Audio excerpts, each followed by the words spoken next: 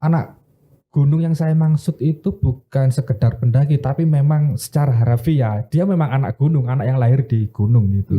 Kemudian dia terjebak dengan ya bahasa mungkin bisa dibahasakan dia terjebak dalam absurditas di Surabaya, bertemu dengan teman-teman yang beragam dari banyak negara, ada blasteran Jepang Surabaya, blasteran Amerika Jerman, sampai dengan janda yang tadi disinggung oleh Pak Mazuri. Kenapa kok sih tokoh Ranu ini diskriminatif? Mungkin muatan-muatan tertentunya kayak ini, kayak potensi yang ada di anak gunung ini, saya melihat ya mengeksplorasi kayak Semeru. Perlu dieksplorasi kan perjalanan dari satu titik ke titik yang lain, ada apa? Tidak hanya yang tampak, tapi fenomenologis. Di balik yang tampak itu apa gitu kan. Jadi yang mungkin Pak Eko kan selama ini masih terjebak pada wilayah jurnalisme beberapa, enggak semuanya sih. Ngomongkan soal tempat ya hanya apa namanya ya deskripsi gitu. Fisik gitu. Ya, tapi itu coba ditarik ke soal dalam mungkin tentang bagaimana tokoh itu mempersepsi sebuah tempat, di tempat itu ada apa, kemudian secara masa lalunya seperti apa, itu kan menarik juga.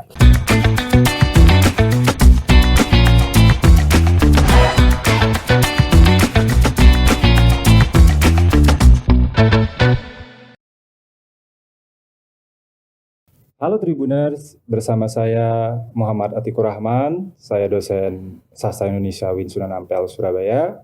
Di dalam acara Cakap Sana Cakap Sini, saya bertindak sebagai host. Pada kesempatan ini kita akan ngobrolin sebuah novel yang bertajuk Anak Gunung. Yang novel Anak Gunung ini adalah sebuah novel yang terbit pada tahun 2022, merupakan karya Eko Darmoko. Tribuners, kita sudah menghadirkan novel pengarang dari novel tersebut, yaitu Saudara Eko Darmoko. Selamat datang, Saudara Eko. Ya, terima kasih Mas Maman. Oke, dan juga sebagai pengulas utama, pada kesempatan ini kita juga mengundang nih sebuah tamu kehormatan dari Badan Riset dan Inovasi Nasional BRIN, Saudara Mas Huri. Terima kasih Pak Maman. Gimana kesibukannya Pak Huri hari ini? Biasa meneliti dan menulis. Oke. Mungkin kita akan langsung ya Mas Eko. Saya tahu Mas Eko ini kan biasanya dikenal publik sebagai penulis cerpen. Terus tiba-tiba Anda melansir sebuah novel. Bisa diceritakan sedikit enggak? Apa sih yang ditawarkan Mas Eko dari Anak Gunung ini? Oke, kenapa kok tiba-tiba dari cerpen kemudian saya menulis sebuah novel? Mungkin karena ini ya, banyak anggapan di luar gitu bahwa pertaruhan seorang prosais itu adalah apakah dia sanggup menulis novel gitu. Nah, berangkat dari situ akhirnya saya tertantang juga untuk menulis novel. Toh itu Anak Gunung draft awalnya adalah sebuah cerpen, kemudian karena terlalu banyak revisi sana sini akhirnya kok semakin memanjang. Ya udah, sambil menyelam minum air akhirnya cerpen itu menjadi sebuah novel. Artinya Anak Gunung ini adalah cerpen yang tidak direncanakan menjadi sebuah novel. Singkatnya begitu ya? Iya, singkatnya gitu. Rencananya memang cerpen, tapi karena memanjang itu akhirnya saya terpaksa untuk membuat draft kerangka karangan. Saya mengembangkan tokoh-tokoh di sana, karakternya saya kembangkan, termasuk settingnya gitu. Karena ini bercerita tentang anak gunung, saya mau tidak mau harus semacam melakukan riset kecil-kecilan lah di daerah Lumajang sana. Tepatnya di Desa Ranupani, Kecamatan Senduro, tempat lahirnya si bocah gunung itu. Lalu saya berpindah ke Saudara Mas Huri. Selain seorang peneliti, kan Anda juga seorang penulis prosa juga. Bahkan prosa Anda yang berjudul Hubuh, yang memenangkan Sayembara di KJ itu juga latarnya mengambil Surabaya. Dari kacamata seorang akademisi sastra, seorang jurnalis veteran. Sama seperti Eko ya, seorang jurnalis. Anda dan Eko banyak memiliki kemiripan biografi. Nah, melihat anak gunung, mengambil latar Surabaya, apa pandangan Anda? Oke, terima kasih Pak Maman. Uraian Pak Maman kemudian predikat yang disandangkan ke saya itu membuat saya terseok-seok jalannya karena terlalu berat. Nah. Saya harus menjadi peneliti, menjadi sastrawan, kemudian punya jurnalis veteran. Waduh. Tapi saya belum veteran, Mas. Oh ya. Akan ke sana pada saatnya gitu. Oke. Sebenarnya ketika bicara soal beberapa prosa yang berlatar tempat ya, kalau kita bicara dari sisi sastra dan dari sisi cerita, itu memang cukup banyak sebenarnya. Cuma dalam generasi sekarang yang mungkin mulai dari Ahmad Faisal, Ahmad Faisal itu yang keroncong apa judulnya? Ada Keroncong Pembunuhan. Keroncong apa lupa saya, mohon maaf.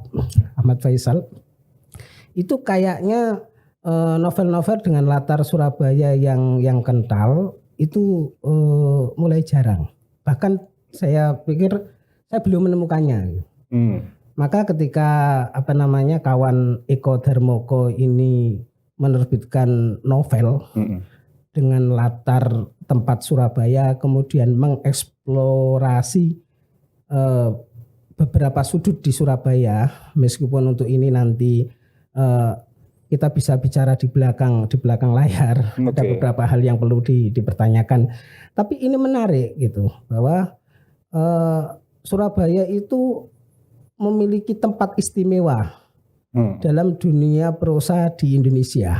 Betul sekali. Katakanlah Om Pram, mohon maaf saya menyebutnya Om. Itu novelnya yang paling terkenal ya memiliki latar belakang Surabaya. Kemudian Pak Budi Dharma. Itu juga Surabaya. Kemudian Sony Karsono, Surabaya John, itu juga Surabaya. Belum lagi Pak Suparto Broto dan beberapa penulis-penulis prosa yang memang memiliki kedekatan dengan Surabaya itu bertitik tolak atau mengeksplorasi beberapa ruang-ruang kota di Surabaya. Tapi mohon maaf, mungkin saya mau potong begini. Memang benar kita lihat ada Idrus dengan Surabaya, betul, ya. Ada Pramudia dengan Bumi Manusia, ada Budi Dharma dengan Rafilus. Tapi Budi Dharma, Pram, itu adalah anggaplah orang luar gitu. Yang kemudian kayak Budi Dharma orang luar yang baru datang ke Surabaya, baru menyelami Surabaya, kemudian menceritakan Surabaya. Kan ini berbeda dengan biografi seorang Eko. Apakah Anda menemukan kemudian keterbedaan gitu bagi orang internal Surabaya yang sudah menghayati Surabaya sejak mula lahir gitu, dibanding dengan orang yang sudah balik baru masuk Surabaya dan baru mengenal Surabaya? Memang kalau dalam penulisan kreatif kita tidak bisa menjamin bahwa seseorang yang terlahir di sebuah tempat itu bisa sangat bagus ketika bicara soal tempatnya. Katakanlah seperti Pak Maman ini yang terlahir di Madura, saya pikir Pak Maman masih kalah dengan saya kalau bicara soal Madura. Betul sekali itu. Mohon maaf. Gitu. Tapi itu tidak berlaku untuk semuanya. Kadang ada orang yang dari luar Surabaya katakanlah berbicara tentang Surabaya itu seperti mualaf Surabaya. Jadi dia itu seperti terkaget-kaget dengan Surabaya kok kayak gini-gini. Mungkin berbeda dengan orang yang lama di Surabaya. Dan itu memang kasuistik sih sifatnya. Dan ini juga tantangan buat Mas Eko, kawan Eko Darmoko ini. Dia dari Surabaya, kemudian menulis tentang Surabaya. Kalau eksplorasi baik secara tema, secara ketokohan maupun lain-lainnya itu kok tidak memberikan sesuatu tentang Surabaya, itu ya akan di kurang menarik dalam karya. Makanya saya pikir ke depan kalau bisa memang Surabaya itu ada semacam ini sequel dari orang, katakanlah di situ kan diceritakan bahwa Ranu itu bukan orang Surabaya gitu kan. Dan dia berusaha masuk Surabaya. Makanya ketika dalam cerita itu ada sedikit gagap-gagap dengan Surabaya, saya memahaminya. Karena apa? Karena tokoh ini ketika memahami Surabaya gagap gitu. Apalagi pakai akuan gitu, kecuali pakai diaan. Pakai diaan jelas kita bisa menuntut. Tuh, Pak Iko Darmoko ini orang Surabaya kok ketika memahami Surabaya masih gagap lah. Ketika ternyata si Ranu itu yang berusaha memahami dengan perspektif akuan, nah kita akhirnya kan paham. Oke, karena perspektifnya akuan itu kan berarti si Ranu kan berusaha untuk memahami Surabaya. Kayaknya perlu ada sequel lagi. Kayaknya yang menarik ya ketika hubungan relasinya dengan Bu Rika itu loh. Itu perlu dieksplorasi itu. Saya pikir kalau itu tidak dieksplorasi maka novel ini jatuh pada novel diskriminatif. Terutama diskriminatif pada janda. Maksudnya?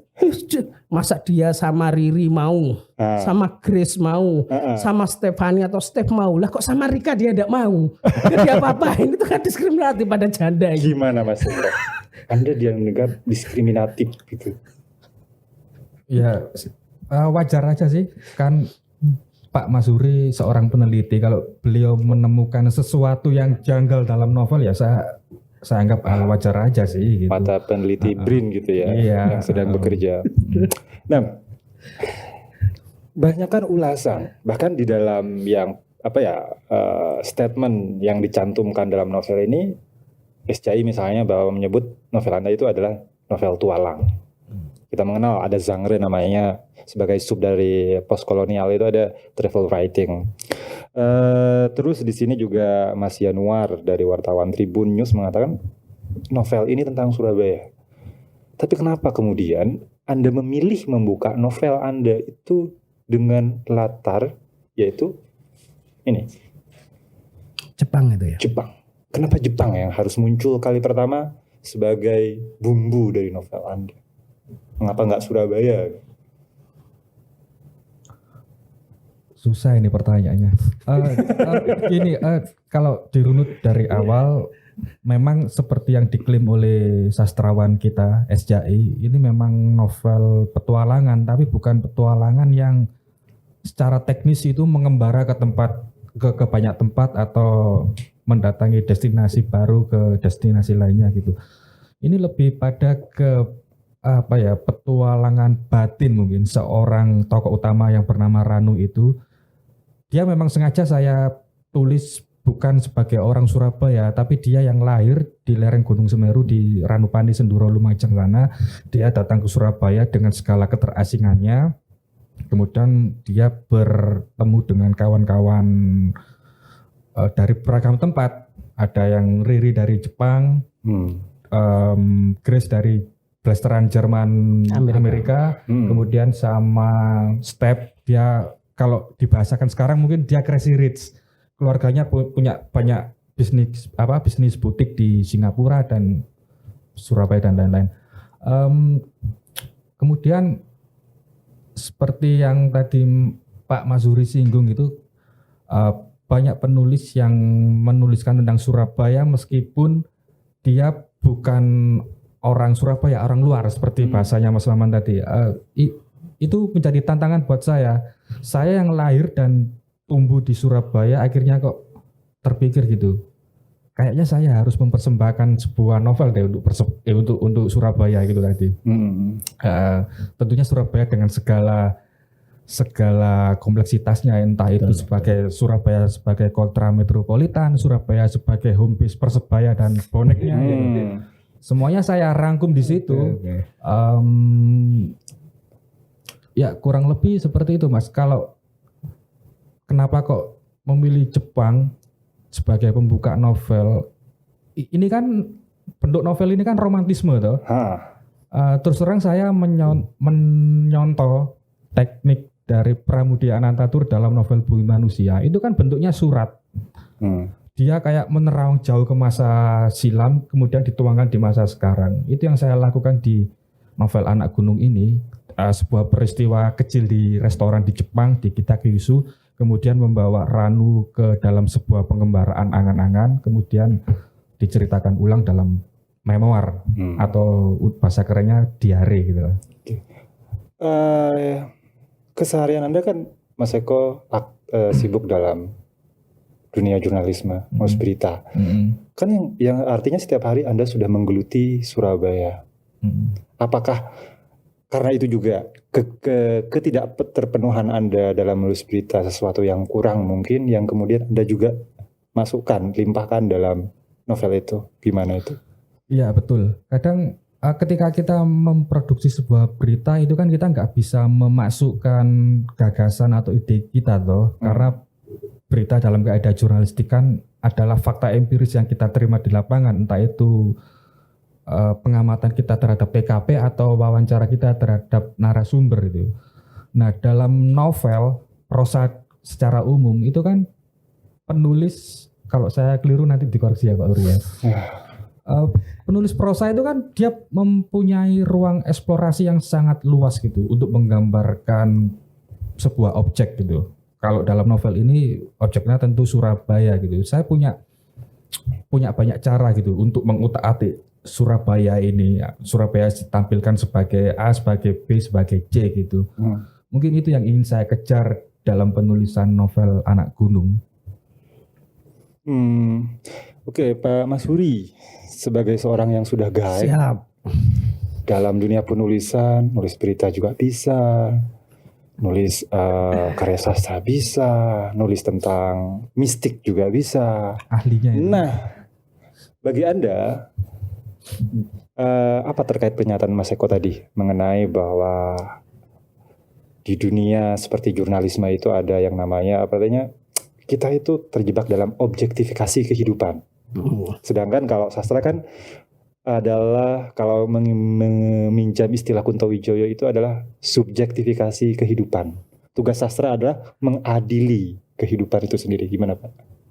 Mas Huri. Sebenarnya jawaban dari pertanyaannya Mas Maman sudah dijawab oleh Mas Maman sendiri sebenarnya. Bagaimana perbedaan antara sastra dan jurnalisme? Enggak, maksudnya yang lebih teknis ya. Itu akan hanya sebuah terma yang artinya masih agak terlalu. Oke. Ya memang jelas beda. Apapun bentuk tulisan genre, tulisan dalam sastra itu memang sebuah karya-karya fiksi. Mau tidak mau memang harus bingkainya fiksi. Sedangkan jurnalisme ya tidak bisa kita arahkan ke sana, jelas fakta. Meskipun pada titik tertentu kayaknya dalam soal cerita ya ada pakai cerita sama. Cuma sangat berbeda. Masing-masing punya kelebihan, punya kekurangannya sendiri. Makanya kalau jurnalisme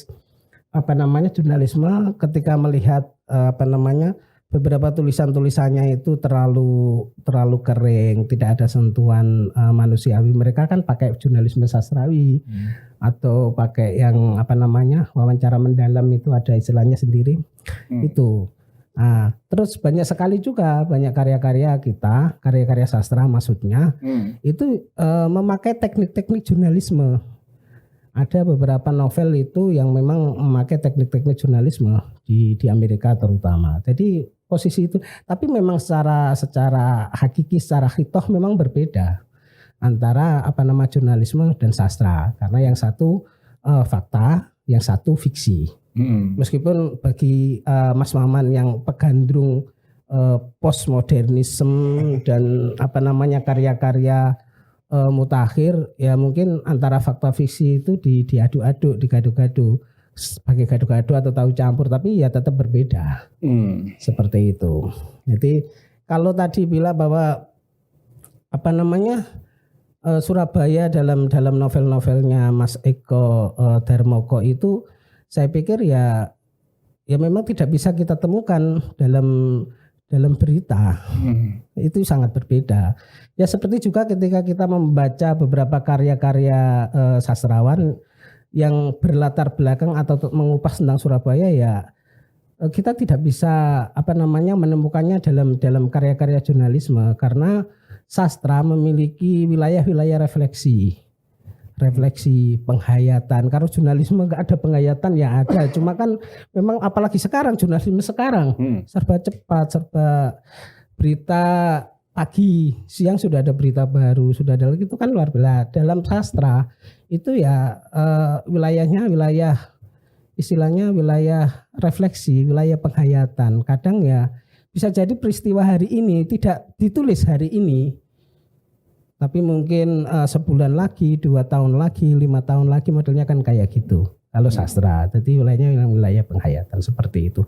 Terus saya pengen meluruskan soal kejanggalan yang dimaksud oleh Pak Eko bahwa ketika saya ngomong novel ini diskriminatif, itu bukan kejanggalan Pak Eko. Saya berusaha untuk saya ingin menunjukkan dengan cara-cara Surabayaan bahwa Surabaya itu kan terkenal dengan humor pahitnya. Oh, ya, dark.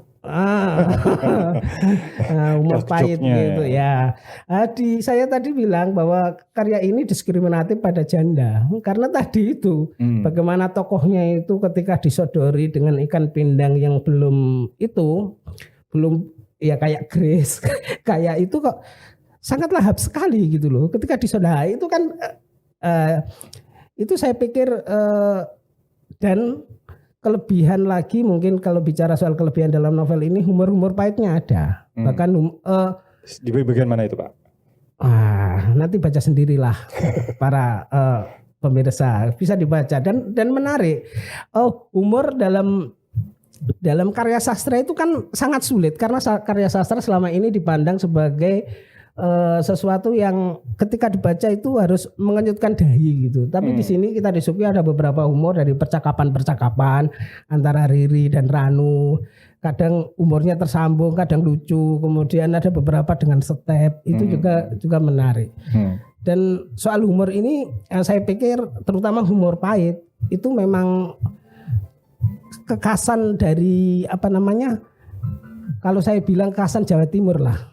Dari riset saya beberapa tahun lalu dari beberapa cerpen yang terbit di koran Surabaya Post dan Jawa Post terutama itu saya menemukan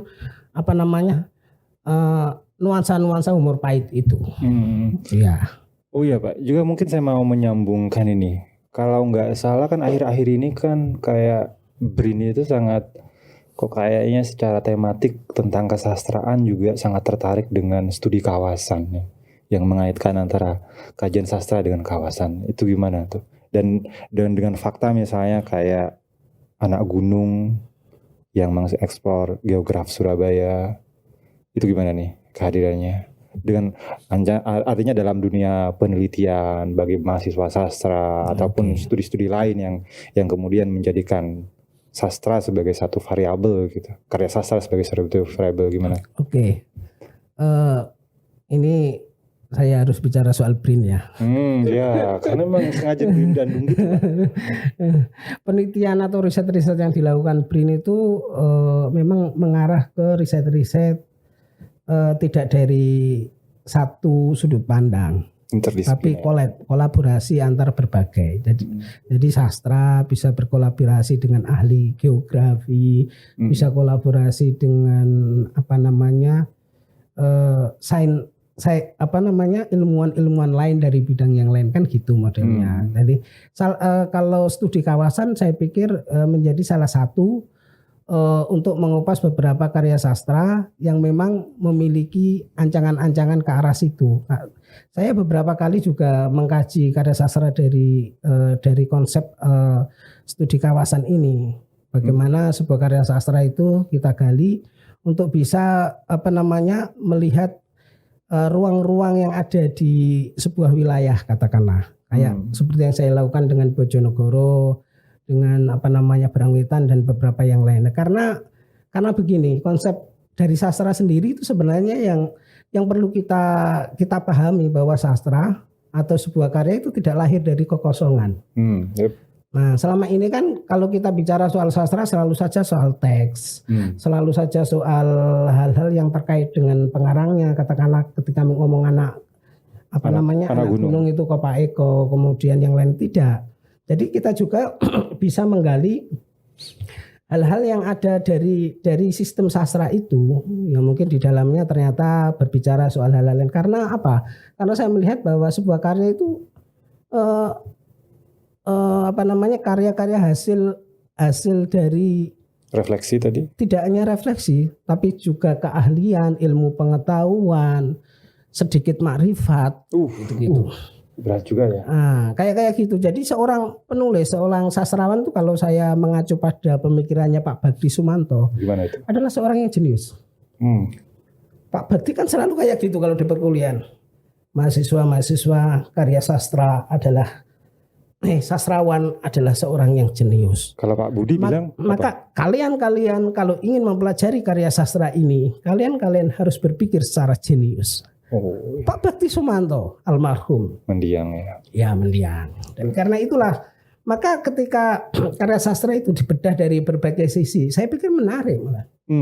Kayak gini, dari kacamata seorang peliti BRIN, selain ngomongin Surabaya, potensi apa lagi yang ada di dalam novel ini gitu? Oke, tadi sudah disinggung oleh Prof. Maman. Pak Maman. Amin.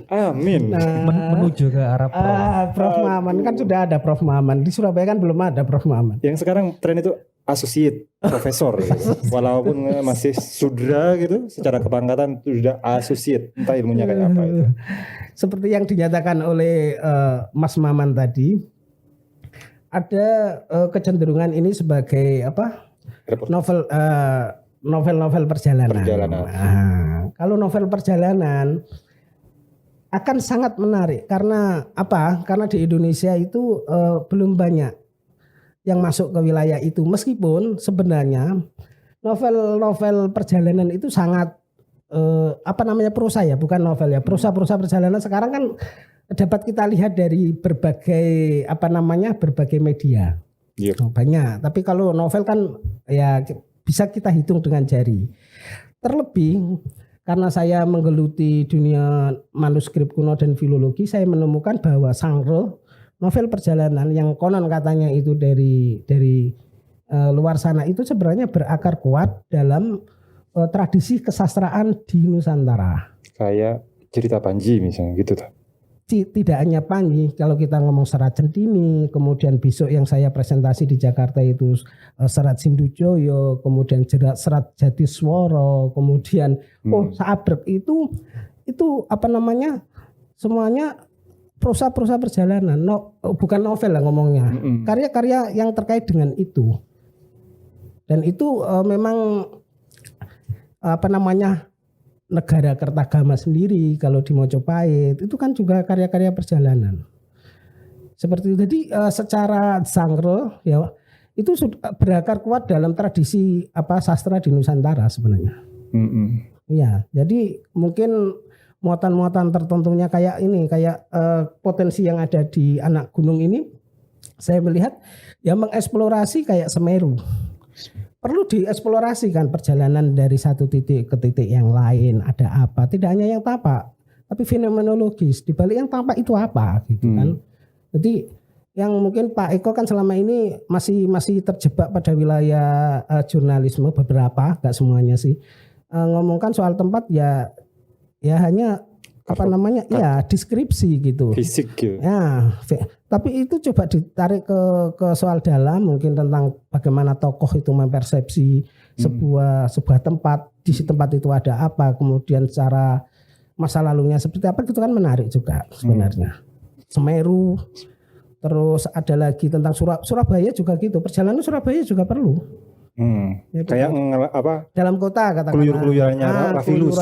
Ya seperti itu, bagaimana menampakkan sisi urban dari Surabaya, kemudian Surabaya yang mungkin tahapan-tahapan ada selaput-selaput Surabaya era kemerdekaan. Surabaya itu kan bisa dikuak-kuak juga sebenarnya. Iya, kalau kita baca misalnya kayak novel Rafilus itu kan ketika Rafilus keluyuran itu kan masuk Darmo, kita tahu banget ini ruang kolonial nih, ruang yang istimewa. Sedangkan keluar dari Darmo kemudian kita jadi ini keluar untuk para kalangan pribumi. Nah, Mas Eko, bocoran dari Anda tentang Anak Gunung ini. Anda kan juga selain jurnalis juga tadi sastrawan, juga seorang pendaki gitu Pak ya.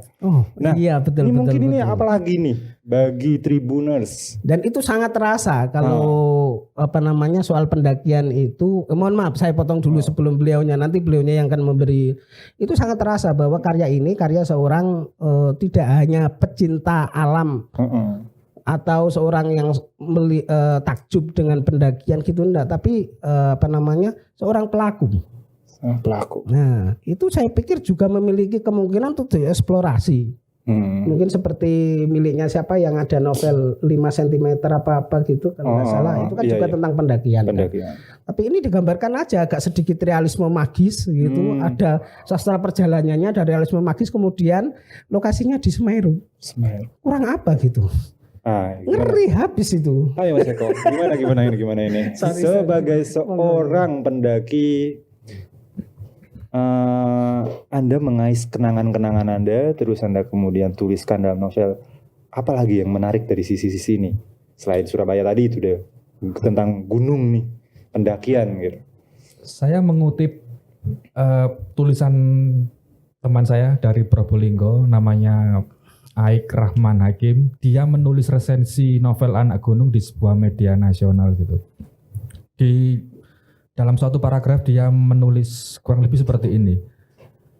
Jika Anda menilai novel Anak Gunung ini sebagai cerita tentang pendakian, dipastikan Anda keliru.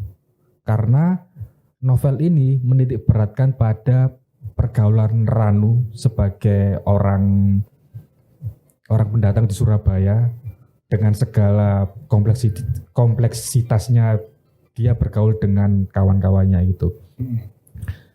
Memang sih dalam novel Anak Gunung ada aktivitas pendakian di banyak, nggak banyak sih ya, di beberapa titik gunung di Jawa Timur gitu, utamanya di Semeru gitu, karena Semeru adalah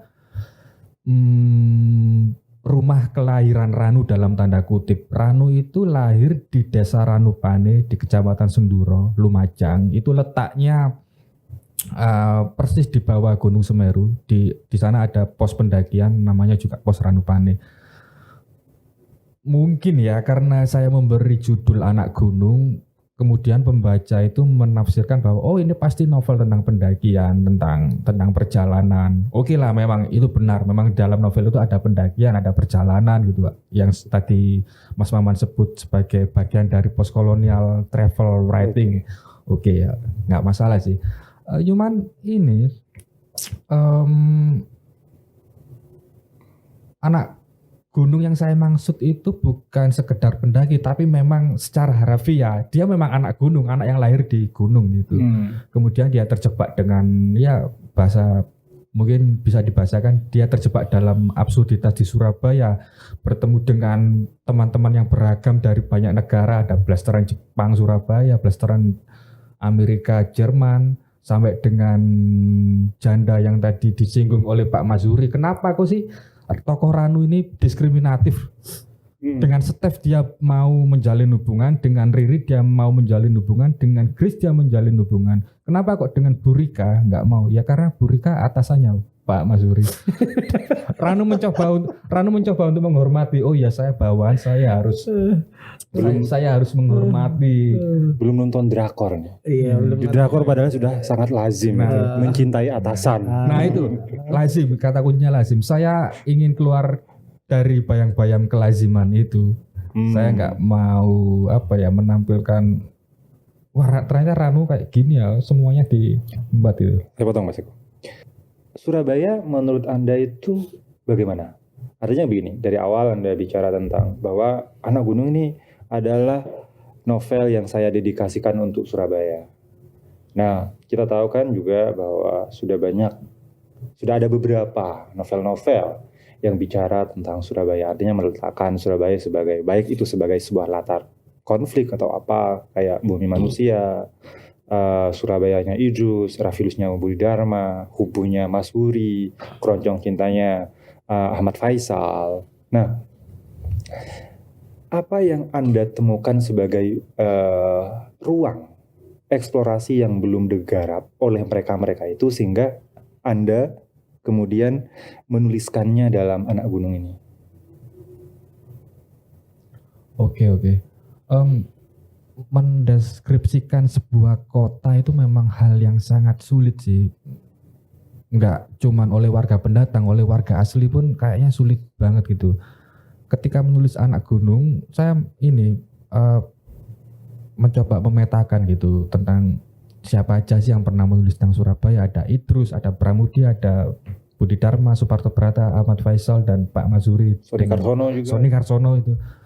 Mereka apa ya, menampilkan Surabaya itu dengan segala kejantanannya, keperkasaannya gitu loh. Tapi kok mungkin yang saya temukan, tapi kok mereka belum menyentuh soal ini ya, soal itu ya. Apa itu? Misalkan ini, kalau kita ngomongin karya yang saya sebutkan tadi, mungkin mereka membicarakan Surabaya di masa silam gitu. Kemudian kayaknya di abad sekarang ini belum ada deh orang yang menuliskan Surabaya dengan citra yang baru gitu. Mungkin itu yang saya tampilkan. Jadi artinya menurut Anda representasi Surabaya dalam novel-novel selama ini adalah lebih menekankan historisitasnya gitu? Iya, mereka belum masuk ranah kekinian. Mungkin itu wajar sih karena saya hidup belakangan gitu dibanding mereka. Mungkin itu saya menampilkan. Saya baru sadar juga bahwa ternyata masa silam yang lebih ditekankan. Iya, Pramudia menjelaskan dalam novel Bumi Manusia dan serial tetraloginya itu di peralihan abad 1920. Sony Karsono dalam novel Surabaya Joni juga membahas lebih masa silam. Ya, Orde Baru lah. Orde Baru lah. Kemudian Rafilusnya Budi Dharma juga gitu, Ahmad Faisal. Mungkin nilai barunya yang potensi baru dalam novel ini mungkin ini saya menceritakan Surabaya dalam sudut pandang kekinian gitu, bahwa di Surabaya ini adalah kota metropolitan, bukan sekedar sebagai kota sih, tapi sebagai suaka bertemunya banyak orang gitu. Ranu yang bukan orang Surabaya, dia datang ke Surabaya untuk kuliah, untuk kerja, kemudian bertemu dengan Riri, gadis blasteran Surabaya Jepang, bertemu dengan Grace, blasteran Jerman Amerika, dan Stephanie Kresiris dari Surabaya Barat itu. Mungkin itu Mas yang coba saya tampilkan dalam novel ini. Saya menampilkan Surabaya dalam sudut pandang kekinian aja yang mungkin belum disentuh oleh penulis-penulis sebelumnya atau penulis di zaman saya sekarang ini. Pak Mas Huri, bagaimana menurut pendapat Anda tadi tentang bahwa Surabaya yang diceritakan dalam atau direpresentasikan dalam prosa-prosa kita itu adalah yang lebih menekankan aspek historisitasnya, benar nggak sih? Ada mungkin karena beberapa novel kita yang lama seperti yang disebutkan tadi memang lebih berbicara soal kolonialisme di Surabaya, kemudian ruang-ruang yang terbentuk oleh kolonialisme seperti itu. Saya pikir mungkin karena masa lalu Surabaya memang terlalu menjulang gitu. Mungkin sangat berbeda ketika posisinya setelah era kemerdekaan. Mungkin bisa dimaknai seperti itu. Kita tahu bahwa Surabaya zaman dulu memang bisa dianggap pintu gerbang ke dunia luar ketika baik pada masa zaman-zaman kerajaan atau zaman-zaman kolonialisme. Ya memang menjulang, dan ketika memperhatikan objek-objek yang menjulang itu, saya pikir ya penulis-penulis itu menjadi termaklumi ketika menggarap tentang itu. Tapi ada beberapa penulis yang juga berusaha memahami dalam konteks kehidupannya, seperti Pak Budi ketika menulis tentang Rafilus. Oh iya juga, jangan lupa tenggelamnya kapal Van der Wijk. Kan juga settingnya Surabaya. Ya, miliknya Hamka itu. Lamongan itu settingnya. Tenggelamnya kapalnya di Lamongan ya Pak ya. Ya, Surabaya juga itu. Terus saya juga melihat bahwa potensi seperti yang sudah saya nyatakan tadi dalam Anak Gunung, selain juga soal bagaimana nanti bisa dieksplorasi tentang soal pendakian, karena saya pikir menarik pendakian itu. Ya mungkin nanti untuk sequel atau untuk apa kan bisa ya memang Anak Gunung tidak bicara soal pendakian secara banyak gitu. Ada beberapa tentang pendakian, tapi itu saya pikir lebih terasa bagi saya. Lebih terasa. Mungkin karena itu saya melihat bahwa salah satu potensinya ada di situ. Dan potensi yang yang diangankan dan diniatkan oleh penulis tadi juga saya melihatnya seperti itu juga, bahwa Surabaya mau digambarkan dalam konteks urban dan kondisi-kondisi milenial sekarang. Gitu. Gimana Mas Eko?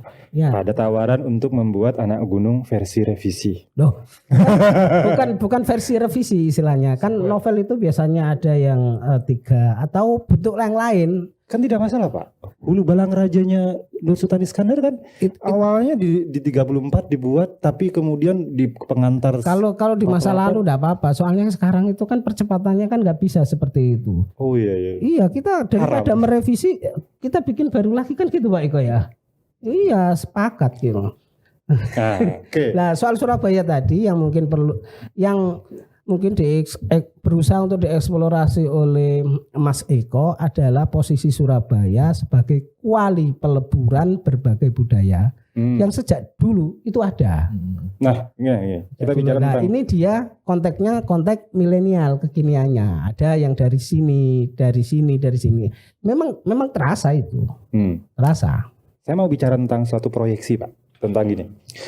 Kita ngomong meramal, Anda meramal. Oh bukan, ya profesi itu terlalu berat lah. Enggak gini maksud saya, artinya kan kita ngomong tentang Surabaya, ngomong Jakarta itu kan sudah sangat lumrah gitu.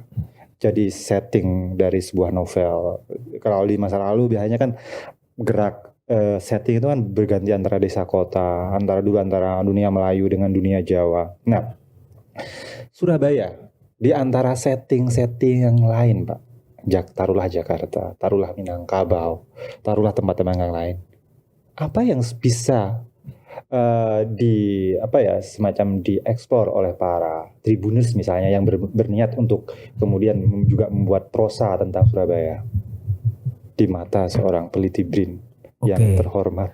Jangan jadi peneliti lah. Mungkin saya lebih ngomong sebagai seorang yang sama-sama menulis. Jadi cakupannya bisa lebih ke wilayah-wilayah proses kreatif. Saya pernah mau bikin sebuah novel Surabaya dari kacamata seorang pembunuh bayaran. Wow. Karena kebetulan ketika saya ngekos di sebelahnya kampus itu, saya berkenalan dengan seorang pembunuh bayaran, tapi ketika saya mendaku diri sebagai seorang wartawan, akhirnya dia pindah dari kos. Itu kesalahan saya. Itu satu. Bahwa ternyata di Surabaya itu kelihatannya aja mungkin seperti Prof Maman ini, kita kan melihat seperti orang yang dulu seperti orang yang tidak berdaya, seperti teraniaya, kurus kering. Tapi orang itu mirip seperti itu, pakai topi, kemudian ternyata dia kalau memang tidak ada job, dia di situ di kosan. Tapi kalau ada job, kemana jobnya? Kalimantan, Sumatera, mengerikan gitu loh. Nah, itu contoh dari personalitas saya. Oke. Hati-hati ya, saya juga membunuh kayaknya. Gitu. Dari hal-hal yang remeh ternyata memiliki ternyata Surabaya dan itu ada yang memang sangat menarik ketika dieksekusi dalam bentuk karya kreatif. Seperti sebuah novel, saya lupa ya, novel dari seorang penulis India itu juga gitu. Jadi dia berbicara, kalau nggak salah berbicara tentang kota New Delhi atau satunya lagi saya lupa. Itu sangat-sangat saya membaca karya itu saya langsung teringat oleh Surabaya. Ini kan Surabaya gitu. Bagaimana? Tapi wilayahnya memang wilayah pinggir. Dan menarik, Surabaya itu sebenarnya di wilayah pinggir itu. Ya memang pesisir kan kita. Iya, maksudnya di wilayah pinggir itu kita nggak bicara soal yang ya kalangan-kalangan atas, tapi bagaimana peleburan antara kalangan atas itu yang ternyata juga memahami kalangan bawah. Beberapa ya step. Itu kan menarik sebenarnya, bagaimana pandangan-pandangan Staf Grace. Itu bagaimana pandangan dari dia tidak memikirkan soal level-level atau tingkat-tingkat kamu tajir ya, enggak gitu. Kalau di Surabaya itu kan menariknya di situ. Kuali peleburannya itu ada di situ. Itu satu. Soal yang kedua adalah soal sebenarnya menarik itu. Ya, mungkin novel saya yang akan datang, tapi bukan promo ini. Itu bicara promo juga nggak apa-apa. Hati-hati yang ikut sayembara di KJ. Soal pelacuran di Surabaya. Okay. Tidak ada yang mengeksplor kecuali kremilnya Pak Parto Broto. Tapi menurut saya ya Pak Parto Broto dengan pandangan-pandangannya sopannya, beliau kan sangat sopan melihat segala sesuatu itu kan ya ya kurang masuk ke wilayah itu. Bagi kita yang gini kan ketika menggambarkan katakanlah satu sudut dari lokalisasi di Surabaya jelas sangat-sangat wah gitu kan. Dan akan sangat kelihatan Surabayanya bagaimana orang-orang dari berbagai penjuru itu datang ke situ, punya latar belakang yang berbeda-beda datang ke situ, itu juga satu kuali. Sebenarnya yang menarik juga itu. Kemudian wilayah Ampel kayak gitu, Ampel, beberapa tempat peziarahan di Surabaya itu juga gitu. Jangan melihat bahwa sebuah tempat, katakanlah tempat ini dulu dipakai oleh orang Tionghoa, katakanlah kayak gitu. Ada orang-orang yang bukan Tionghoa juga datang. Dan sama, katakanlah gini, contoh salah satu contoh Joko Dolok di Taman Apsari. Itu sebenarnya menarik juga di situ. Gagasannya Pak Eko tadi sangat mengkristal gitu. Jangan dibayangkan bahwa orang yang datang ke Joko Dolok itu adalah orang-orang yang penghayat, katakan enggak. Orang berjilbab ke situ, orang Cina ke situ. Iya. Dan mereka ketika disarankan oleh juru kunci membakar hiu, yang bakar hiu. Berdoa, katakanlah itu berdoa, ya berdoa, tanya berdoa cara apa? Jelas cara. Bagi yang berjilbab jelas caranya ya cara Islam, Cina ya Cina, penghayat ya penghayat kan gitu. Itu Surabaya sebenarnya. Banyak sekali ruang kolonialnya juga belum tereksplorasi. Cuma saya mau memberi semacam clue bahwa sebenarnya ketika berbicara tentang sesuatu dalam sastra itu yang menarik adalah berbicara soal manusianya. Ya, saya teringat ada beberapa karya seperti Dubliners yang disinggung dalam Anak Gunung itu juga, orang-orang Bloomington, kemudian salah satu karyanya Charles Dickens, saya lupa judulnya. Itu yang dipotret itu adalah perilaku manusianya, orang-orangnya, karakter-karakternya. Tapi dari orang-orang itu, perilaku-perilakunya itu dapat kita merasakan bagaimana aroma kota itu, bahwa kota ini dalam kondisi perang dunia, sebelum perang dunia kondisinya sedang bangkrut, orang-orangnya kayak gini, settingnya kayak gini, itu kita membaca itu bisa mencium aromanya. Kalau kita baca Dubliners kan kita bisa Dublin itu kayak gini gitu. Nah, yang diceritakan orang-orangnya ya sama lah kayak gitu. Orang-orang Bloomington juga kayak gitu. Itu kan bagaimana itu memang konstruksi pemikirannya terlalu serius di situ. Nah, itu juga menarik.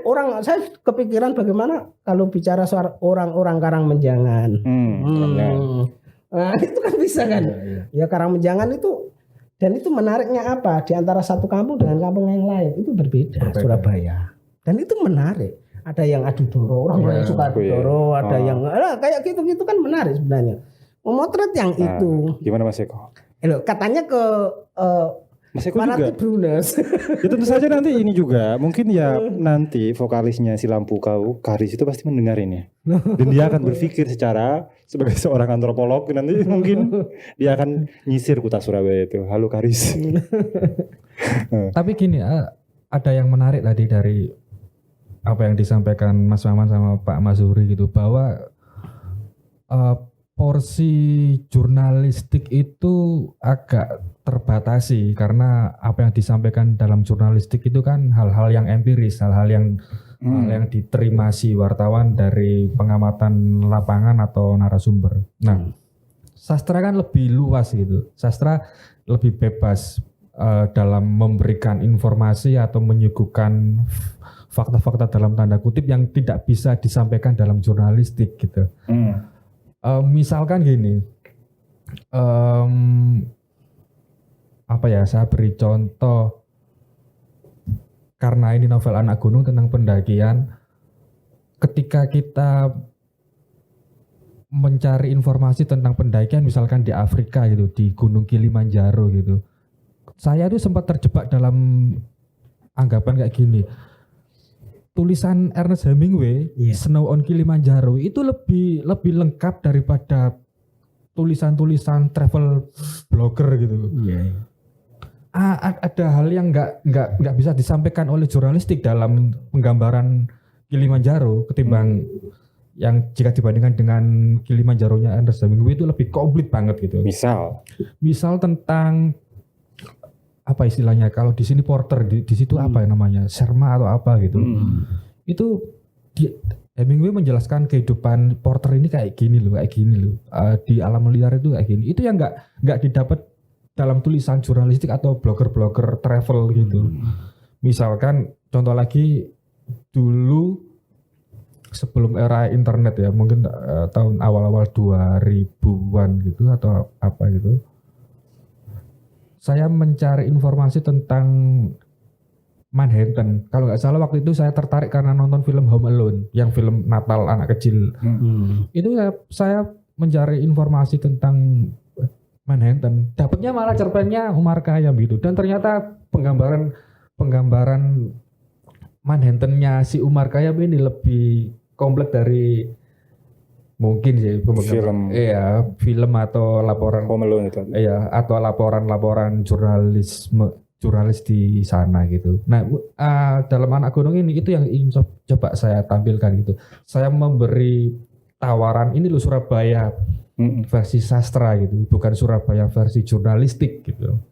Karena saya punya tentunya penulis punya kebebasan untuk menuangkannya, dan pembaca pasti dia punya kebebasan untuk mengimajinasikan atau menilai, oh Surabaya ternyata begini di zaman sekarang.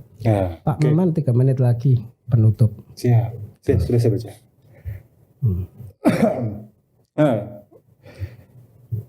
Mungkin saya ingin ini Pak, sebagai hal terakhir dari Pak Masuri, saya ingin statement, pandangan atau apapun pamungkas mengenai Anak Gunung. Silakan. Nggak harus pujian kok. Saya melihat karya novel pertama ya, Pak Eko Darmoko ini sangat potensial.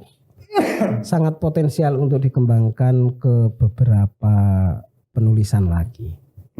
Jadi mungkin sebagai karya pertama, oke lah. Kemudian perlu dikembangkan ke wilayah-wilayah yang tadi kita obrolin. Yang pertama soal urban, kemudian soal-soal dengan lingkungan, pendakian, dan jangan lupa soal cinta juga perlu dieksplorasi. Solole pokoknya. Saya kira itu Pak, Pak Maman. Mungkin itu untuk Pak Eko. Untuk para penulis yang ingin menghayati Surabaya, berhalwat tentang Surabaya, nih apa saran-sarannya itu? Kalau Surabaya sebenarnya sekarang itu kondisi-kondisi sekarang itu ya tetap menarik. Cuma perkembangan Surabaya untuk saat ini tidak hampir sama dengan kota-kota lain di Indonesia. Di atas tahun 2010-an itu kan sama dengan kota-kota lain gitulah. Tapi bukan berarti yang lama itu sebelum itu sudah selesai. Persoalannya kan gitu. Jadi sebagai kota Surabaya terus akan berkembang.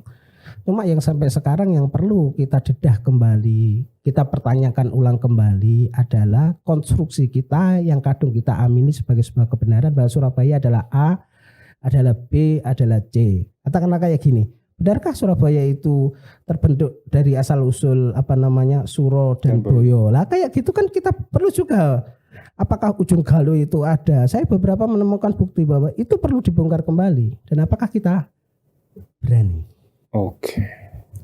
Mas Eko, sebagai penduduk asli Surabaya, bukan hanya KTP Surabaya ini Pak. Enggak. Kalau kita kan pendatang nih. Surabaya itu bukan Suro dan Boyo, tapi Suro itu kan wani, Boyo itu utang.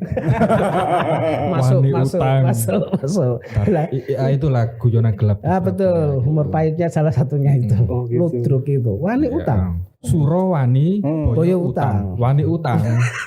Gitu aja sih mungkin penutupan yang menurut saya paling relevan untuk menggambarkan Surabaya itu. Suro adalah wani, Boyo adalah utang. Berat. Utang. Saya bingung mau menyimpulkan apa. Baik Tribuner, itulah percakapan singkat antara saya dengan penulis novel Anak Gunung, Eko Darmoko, dan juga pembahas utama, Bapak Masuri. Terima kasih Bapak-Bapak sudah datang kepada acara sama-sama. kami, yaitu ngobrol sana ngobrol sini, Cakap sana, cakap sini. cakap sana, Cakap sana, cakap sini. cakap sana, cakap sini. Terima kasih. Baik Tribuner, kita akan berjumpa lagi pada sesi-sesi yang lain pada acara yang sama, yaitu cakap sana, cakap sini dari saya. Terima kasih. Assalamualaikum warahmatullahi wabarakatuh. Waalaikumsalam. Waalaikumsalam warahmatullahi wabarakatuh.